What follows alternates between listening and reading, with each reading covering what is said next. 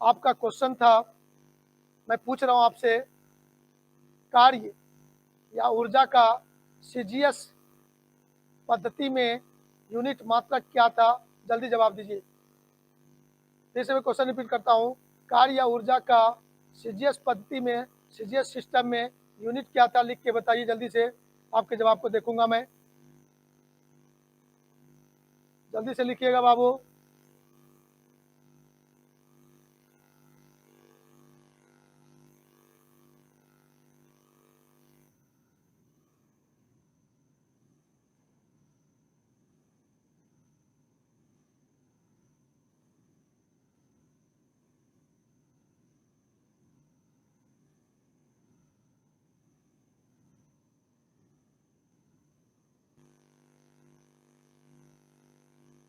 डायन सेंटीमीटर बिट्टू कुमार यादव ने कहा अर्ग। Very good. हमारे कुछ प्यारे बच्चे पूछ रहे हैं ऑफलाइन क्लास कब खुलेगी? मत चिंता कीजिए, समान परिस्थिति हो जाने पर जरूर खुल जाएगी। हम लोग भी इंतजार कर रहे हैं कि आप लोग मेरे सामने आइए, बैठिए और मैं आपको मदद करूं, पढ़ाऊं। हम लोग भी व्याकुल हैं, आप लोग से ज़्यादा व्याकुल हैं। कब तक आप ऑनलाइन जो देख रहे हो उसको ईमानदारी से पढ़ो, मन लगा के पढ़ो। देखिए गौर से, जवाब हमारे पास आ चुके हैं बच्चों का।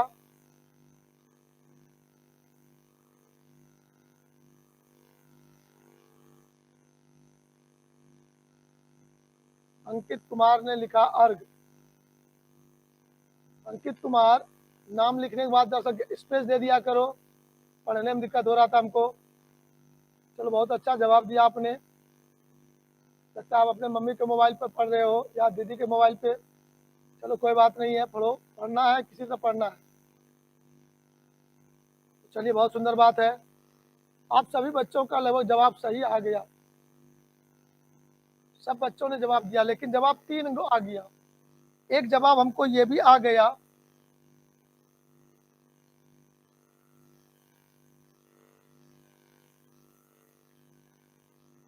ये भी एक जवाब आया है।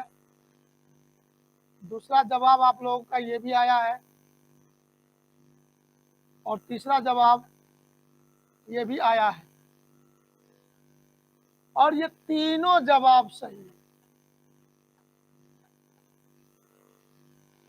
क्योंकि जो फार्मूला है उस फार्मूला के हिसाब से जो क्वेश्चन था उसका जवाब ये तीनों आएगा। सबसे पहले पहला नंबर आएगा, उसको मैं बदलने सिखाया था, सेकंड नंबर में सिखाया था, और उसके बाद कहा था कि उसको अर्ग बोल सकते हैं। ये जो आपने लिखा ये था सीजीएस, यूनिट ऑफ वर्क और एनर्जी। कोई भी एनर्जी है दुनिया में आपका, उस एनर्जी और वर्क का सीजीएस यूनिट आपका है। चाहे आपको मैं कह दूं काइनेटिक एनर्जी, चाहे मैं कह दूं पोटेंशियल एनर्जी, उसका सीजीएस यूनिट पूछेंगे, आप यही जवाब देंगे। तो ये भी सही है आपका, नंबर 1 भी आपका सही है, नंबर 2 भी सही है, नंबर 3 भी सही है, ये सब सही है आपका। अब देखेंगे, इसका मतलब आप लोगों ने हमको जवाब दिया और सही जवाब दिया। Very good. अब मैं आपको आगे ले जाता हूँ। मैं यहाँ पर थोड़ा सा चेंज करके पूछूंगा और आपको उसका जवाब देना है। सीजीएस को हटाकर मैं यहाँ पर लिखता हूँ एमकेएस यूनिट। तो चलिए फटाफट पहला नंबर का आप लोग जवाब दीजिए, क्या लिखिएगा? पहला का जवाब दीजिए। जैसे फॉर्मूला देखकर सबसे पहले क्या आता है, एमकेएस यूनिट और वर्क ऑफ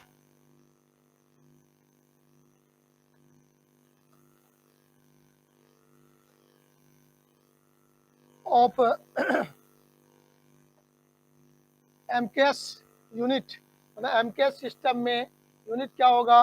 पहला नंबर में जवाब दीजिए सबको। पहला नंबर में जवाब देना है। आप लोग तीसरा जवाब दे देते हैं, दूसरा भी जवाब दे दिए। चलिए, कृष्णा ने जवाब दिया, पहला का जवाब दिया सही है। पहला जवाब जैसे लिखना था वैसे लिखिएगा, तीनों बारी बारी से। पहले पहला जवाब दीजिए, फिर दूसरा, फिर तीसरा। 3 ऑप्शन यहाँ भी है, 3 आंसर यहाँ भी होगा। तो आप MKS में लिखोगे तो आपको यहाँ पर लिखेगा, मिलेगा आपको kg मीटर स्क्वायर पर सेकेंड स्क्वायर। दूसरा आप कहोगे न्यूटन मीटर। तीसरा कहोगे आप जूल, सिंबल लिखेंगे जी। अब चलो, अब आप लोग ध्यान देना, ये यूनिट आपको याद है, आपने देख लिया। अब आपको भविष्य में जरूरत पड़ने वाला है कि सर यदि वर्क का वैल्यू कहीं पर दिया हुआ है, वर्क का कहीं वैल्यू दिया हुआ है 1 जूल, तो सर उसका वैल्यू कितना अर्ग होगा सर, ये बताइए। ये मैं आपको बदलने सिखाऊंगा। आगे जब डायमेंशन पढ़ाऊंगा तो डायमेंशन का जो यूज है उसमें आपको इस चीज़ को बताया जाएगा, आपको सिखाया जाएगा। तो वर्क का यूनिट वैल्यू 1 जूल है, अर्ग में कितना होगा तो आपको याद रखिएगा। आपको मैं बता देता हूँ आज, फिर मैं प्रूफ करके दिखाऊंगा ये कैसे होगा। 1 जूल इक्वल टू 10⁻7 अर्ग होता है। तो ये देखेंगे 10⁻7 अर्ग होता है, इसको आपको याद रखना है। तो चलिए, ये बात आप लोगों को याद रहेगा। तो आप लोगों ने पढ़ाई किया है, मन लगाकर ध्यान से पढ़ाई किया है, ये हमने आप समझ गया। अब आगे और बढ़ाता हूँ आपको, और सब यूनिट के बारे में बात करता हूँ। आप देखेंगे प्यारे बच्चों, यहाँ पर मैं आपको बताना चाहता हूँ, ध्यान से देखेंगे। आप लोग बताओगे, हमको नहीं बताना है, हम आपको खाली पूछते हैं, आप बताओगे।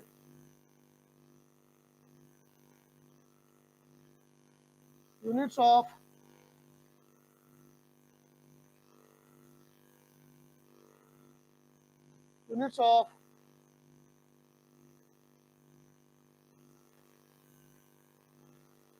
पोटेंशियल एनर्जी यदि आपसे पूछा जाए,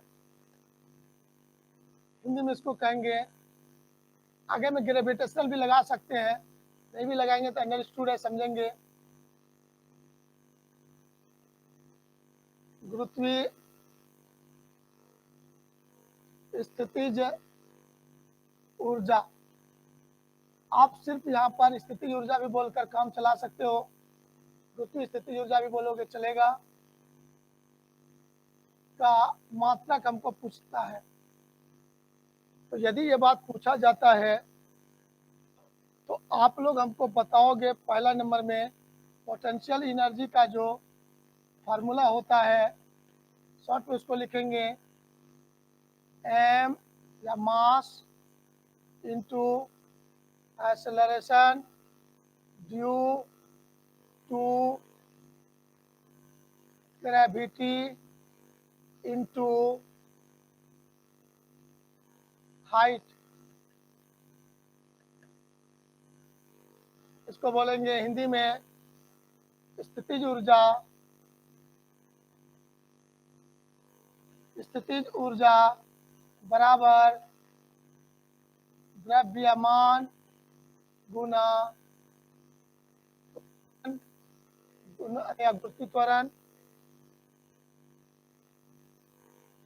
गुरुत्वीय त्वरण गुना ऊंचाई, ऊंचाई।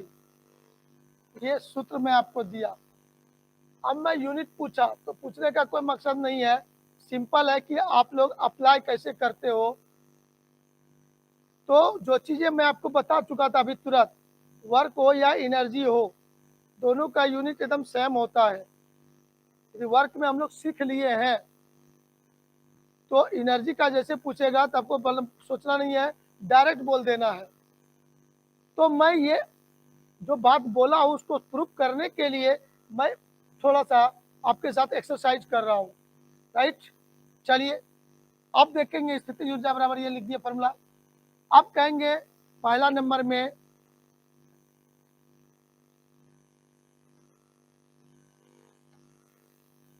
पहला नंबर में मैं कह रहा हूं इन एफपीएस,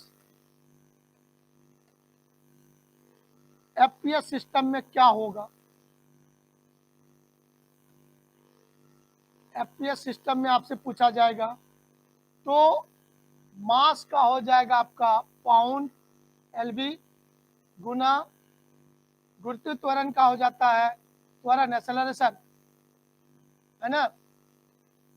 एक्सेलरेशन का सिंबल छोटी जी लेते थे, आपको याद है। तो एक्सेलरेशन त्वरण का जो यूनिट आपने पढ़ा था उसमें लेंथ और टाइम होता है, लेंथ एक होता है, टाइम दो होता है। तो उसके बाद आपको होगा त्वरण का एक्सेलरेशन का हो जाएगा फुट पर सेकेंड स्क्वायर इंटू हाइट का हो जाएगा फुट। ये आपने सबका यूनिट पुट कर दिया जो जो टर्म यहाँ पर है। तो आप यहाँ देखोगे आपको जो रिजल्ट आएगा वो रिजल्ट आएगा पाउंड फुट गुना फुट, फुट स्क्वायर पर सेकेंड स्क्वायर। आपको यही बोलना है। सेकेंड मेरा आदत बन गया लिखने का, आपको छोटी एस लिखना है, ऐसे लिखना कोई जरूरी नहीं है, ऐसे लिखिएगा। हम स्मॉल एस को ऐसे लिख देते हैं, आप लोग समझिएगा, अंडरस्टूड रहेगा। नंबर टू में लिखेंगे in CGS system. CGS system में यदि आप लिखना चाहते हो तो मास का हो जाता है ग्राम, एक्सेलरेशन त्वरण का हो गया सेंटीमीटर पर सेकंड स्क्वायर, और लंबाई ऊंचाई का हो गया सेंटीमीटर। तो आप इसको सॉल्व करोगे, ये हो गया ग्राम सेंटीमीटर स्क्वायर पर सेकेंड स्क्वायर, ये हो गया आपका। इसी को आपने सीखा था पिछले क्लास में, अभी तुरंत इसको लिखेंगे डायन सेंटीमीटर,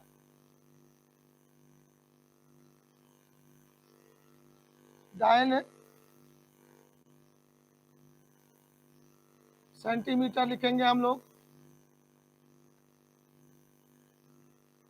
और इसी को हम लोग बोले थे अर्ग। इस टर्म को ही बदलेंगे तो इसमें बदल दिखाए थे, पिछले क्लास में बदल के दिखाए थे आपको, आपने देखा होगा। और इसी को क्या कहा गया, अर्ग कहा गया। तो ये आपने देख लिया। तो सेम आ रहा है जो वर्क में आपने देखा, सेम यहाँ पर भी यूनिट आपको दिख रहा है। ये दिखाने के लिए मैंने फार्मूला लिया और सबको सोचवाया। अभी दिखाते हैं, जब मैंने होमवर्क लिखा था ना, तो होमवर्क दिया था इस पर मैंने 2 क्लास पहले, तो बच्चों ने जो व्हाट्सएप में भेजा था, कुछ बच्चों ने गलती किया था, काइनेटिक एनर्जी को निकालने में बहुत गलती किया था। मैं उसको जैसा डिस्कस करूंगा क्योंकि उसमें गलती ज़्यादा बच्चों ने कर दिया था। आइए यहाँ पर, अब आप बच्चों खुद विचार करो कि यदि आपसे पूछूं, मैं यहाँ पर पूछूं, थोड़ा सा मैं आप करता हूँ, आप लोग इसको देखिएगा।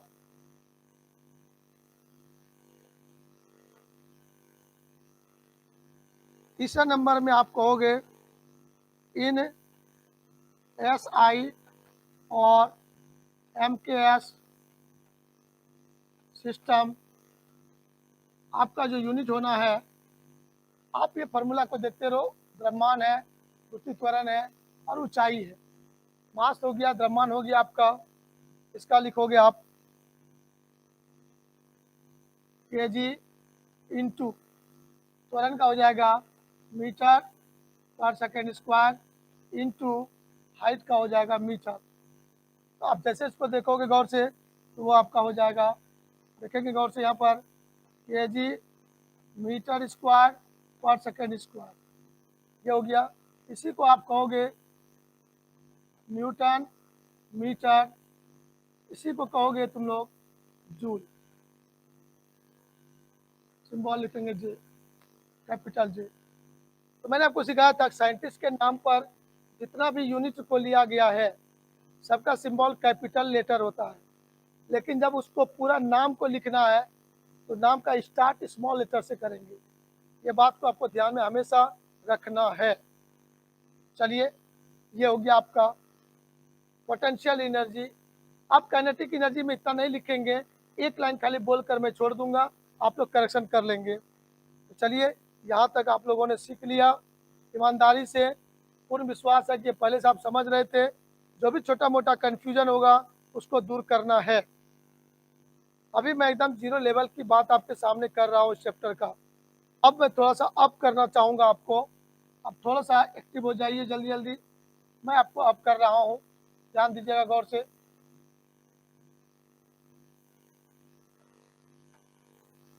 इस पॉइंट से जैसे हटेंगे आपके सामने कंप्लीट नया नया चीज़ आने लगेगा जो आप पहली बार सुने होंगे। ये हालांकि बच्चे क्लास में आप सुने थे, जिन जिन बच्चों ने 9th क्लास में पूरी ईमानदारी से स्टडी किया था उनका ये सुना हुआ है, लेकिन वहाँ पर बहुत लिमिट फिजिकल क्वांटिटी था। यहाँ पर आपको बहुत बड़े बड़े फिजिकल क्वांटिटी से मुलाकात होगी जिसके बारे में स्टडी आपको करना है। तो चलिए प्यारे बच्चों, आप आइए गौर से। काइनेटिक एनर्जी में क्या मिस्टेक होता है, गतिज ऊर्जा,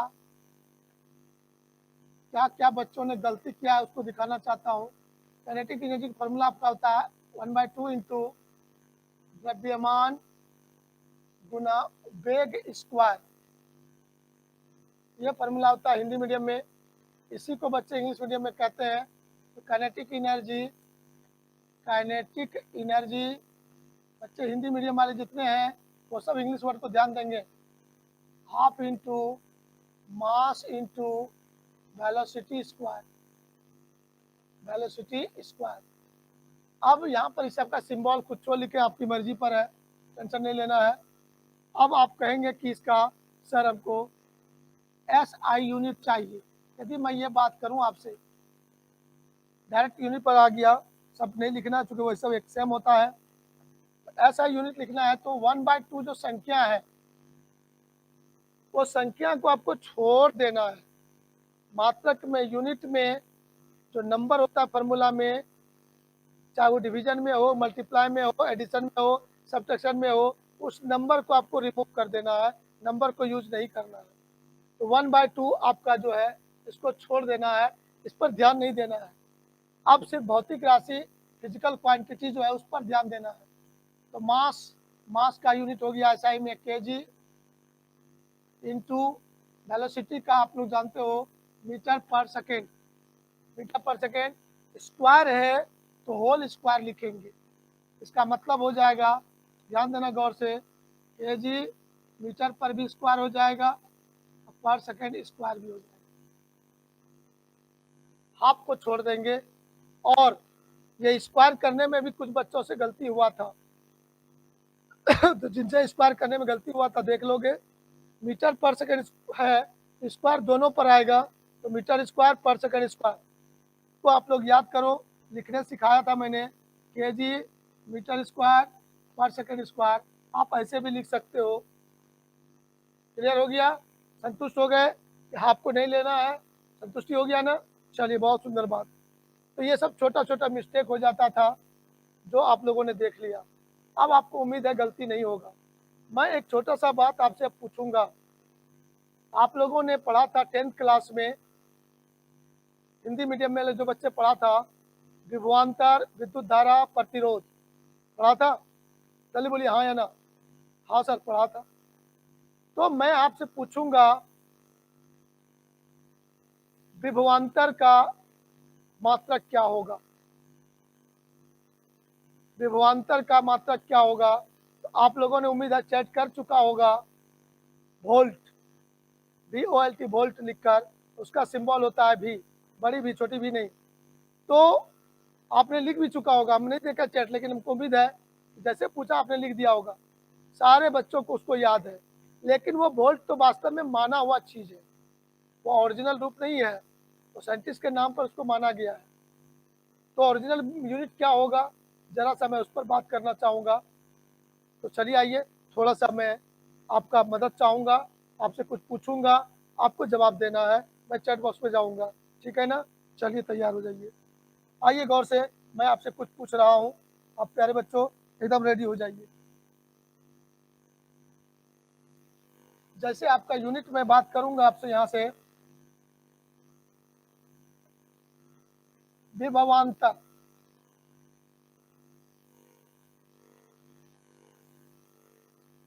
हिंदी में विभवांतर है और इंग्लिश में कहते हैं इसको पोटेंशियल डिफरेंस। शॉर्ट में इसको लिखते हैं, शॉर्ट में आपको देखिएगा लिखा हुआ मिलेगा बहुत जगह बुक में, पीडी का यूनिट लेना है हमको, ऐसा यूनिट लेते हैं।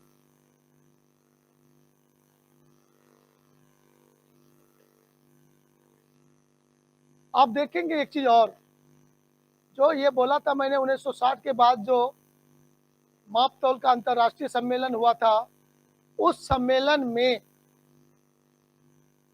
डिसीजन लिया गया था फिजिकल क्वांटिटी को मेजरमेंट के लिए, और उसी को कहा था मैंने इंटरनेशनल सिस्टम ऑफ यूनिट। तो इंटरनेशनल सिस्टम ऑफ यूनिट जो बोला गया था, SI शॉर्ट में बोलते हैं उसको, उसमें ये डिसाइड किया गया था कि किसी भी फिजिकल क्वांटिटी को मापना है तो SI में ही मापना है। तो कुछ बच्चों ने पूछा था हमसे चैट करके कि sir unit and SI unit में क्या अंतर है। तो माय डियर बच्चों, सिर्फ यूनिट भी लिखा हुआ अगर रहेगा कहीं पर तो आपको SI ही समझना है। किसी भी फिजिकल क्वांटिटी का मात्रक बताइए, तो मात्रक आप 1960 के पहले वाला नहीं बताना है आपको। आपको आज के समय में जो पूरा विश्व जिसको मान रहा है वही यूनिट आपको बताना है, मतलब आपको SI यूनिट बताना है। इंटरनेशनल सिस्टम में जो यूनिट लिया गया वही यूनिट बताना है, दोनों में कोई अंतर नहीं है, इस बात को ध्यान रखेंगे। यूनिट मीन्स SI यूनिट, ठीक है ना। CGS में लिखने कहेगा तो वहाँ लिख देगा CGS यूनिट में लिखिए, FPS में लिखिए, लेकिन सिर्फ यूनिट लिखा हुआ है तो आपका ध्यान SI यूनिट होना चाहिए, ये बात दिमाग में रखिएगा। चलिए आगे बढ़ते हैं। तो यहाँ पर आपको बताना है इसके बारे में। तो प्यारे बच्चों, जिसका भी यूनिट लिखना है सबसे पहले उसके डिफिनेशन को जानना पड़ता है, उसका फार्मूला क्या होता है वो जानना पड़ता है, तब हम उसके यूनिट को सीख पाते हैं। तो आप लोगों से भी सामने में बैठे रहते तो मैं आपसे पूछता, अरे बाबू बोलो 10th क्लास पास किए हैं, आप बताइए जल्दी से विभवांतर पोटेंशियल डिफरेंस का डिफिनेशन क्या है, मैं आपसे पूछता। लेकिन ये लंबा लाइन होता, वो आप चेक करके बोलने में देर लगेगा, उस पर नहीं जाएंगे हम पूछेंगे नहीं, हम खुद बताएंगे आपको। कन्फ्यूजन होगा तो क्लियर कर लीजिएगा। विभवांतर शब्द जो है एकदम माइंड को समझाओ, रे माइंड, ये कार्य से जुटा हुआ है, वर्क से रिलेटेड है।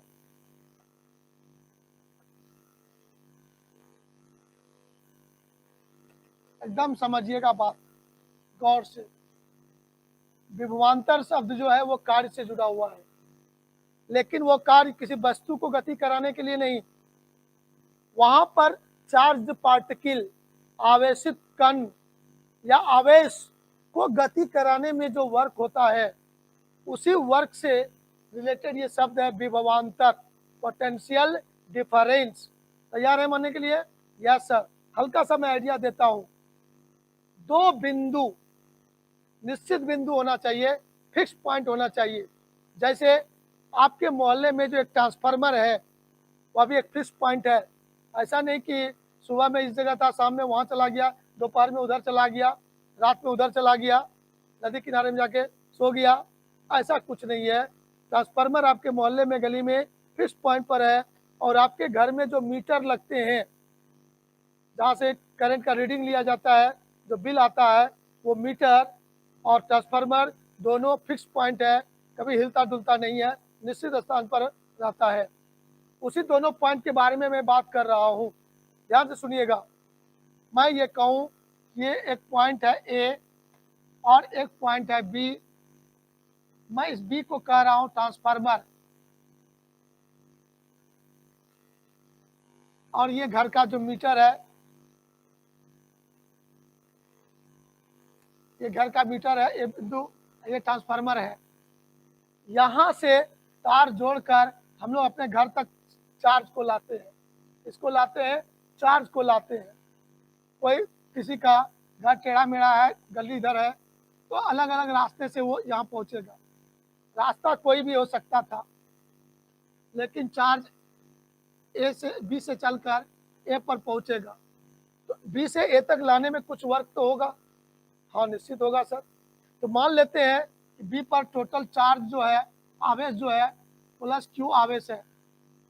ये आवेश है, इसको इंग्लिश में बोलते हैं चार्ज। चार्ज है, ये आवेश है। इस चार्ज को ट्रांसफार्मर से लाकर अपने घर के मीटर तक लाने में, मतलब ट्रांसफार्मर को बोलने का मतलब एक निश्चित बिंदु, फिक्स्ड पॉइंट है। ये ट्रांसफार्मर बोलने का मतलब फिक्स्ड पॉइंट, एक निश्चित बिंदु हिंदी में बोलेंगे इसको। और ये भी मीटर जो है, ये भी मेरा फिक्स्ड पॉइंट है। ध्यान देंगे गौर से। तो एक फिक्स्ड पॉइंट से दूसरे फिक्स्ड पॉइंट तक तार अलग अलग भी हो सकता है। डायरेक्ट गली है तो सीधा हो जाएगा, टेढ़ा मेढ़ा गली है तो टेढ़े मेढ़े गली होते हुए तार हम लाएंगे। उसको उससे कोई मतलब नहीं है, तार बड़ा है कि छोटा है कि लंबा है कि नाटा है, कोई इफेक्ट नहीं पड़ेगा। बस ट्रांसफार्मर से आप अपने मीटर तक चार्ज को लाएंगे। इस चार्ज को यहाँ से यहाँ तक लाने में टोटल वर्क जो हो गया, टोटल वर्क, कुल कार्य आप लोग मान लेते हो कि W जूल होता है। कार्य का सिंबल देते हैं W, मात्रक हो जाएगा जूल, SI यूनिट। तो W जूल हो जाता है आपका, ऐसा मैंने मान लिया। कार्य हुआ W जूल। तो एक निश्चित बिंदु से दूसरे निश्चित बिंदु तक एक निश्चित बिंदु से दूसरे निश्चित बिंदु तक यूनिट चार्ज को, यूनिट पॉजिटिव चार्ज को लाने में जितना कार्य होता है, उसी कार्य को दोनों बिंदुओं के बीच का विभवांतर कहा जाता है। फिर सुनिएगा, एक निश्चित बिंदु से मतलब ट्रांसफार्मर से दूसरे निश्चित बिंदु मतलब मीटर तक 1 पॉजिटिव चार्ज को, 1 कूलम पॉजिटिव चार्ज को, यूनिट पॉजिटिव चार्ज को, इकाई धन आवेश को लाने में जितना वर्क हो जाएगा, उसी को कहेंगे पोटेंशियल डिफरेंस, दोनों बिंदुओं के बीच का विभवांतर। तो प्यारे बच्चों, कार्य को तुमने कितना माना है W, और चार्ज कितना लाया जा रहा है Q। तो सर यदि मैं कहूं टोटल चार्ज Q है, इस चार्ज को लाने में वर्क हो रहा है W, तो सर 1 कूलम चार्ज को लाने में कितना वर्क होगा। ये Q कूलम चार्ज है, इसको लाने में वर्क W, 1 कूलम चार्ज को लाने में कितना वर्क होगा। तो आप कहोगे W/Q, इसी को कहते हैं विभवांतर। यही हुआ विभवांतर। पोटेंशियल डिफरेंस बोले थे शुरू में, ऐसे लिखेंगे शॉर्ट में। इसका सिंबल होता है V, तो V बराबर मैं कहूँगा W/Q। तो फार्मूला हो गया आपका, W हो गया वर्क, Q हो गया चार्ज, मतलब आप बोलोगे वर्क बाय चार्ज। वर्क हो गया तुम्हारा कार्य, कुल कार्य, बटे चार्ज हो गया कुल आवेश। तो ये फार्मूला आपका हुआ। और इसी का मात्रक आप लोग बच्चे क्लास से सुनते आ रहे हैं, volt, SI unit of potential difference, विभवांतर का SI मात्रक वोल्ट, आप सारे बच्चे जानते हो।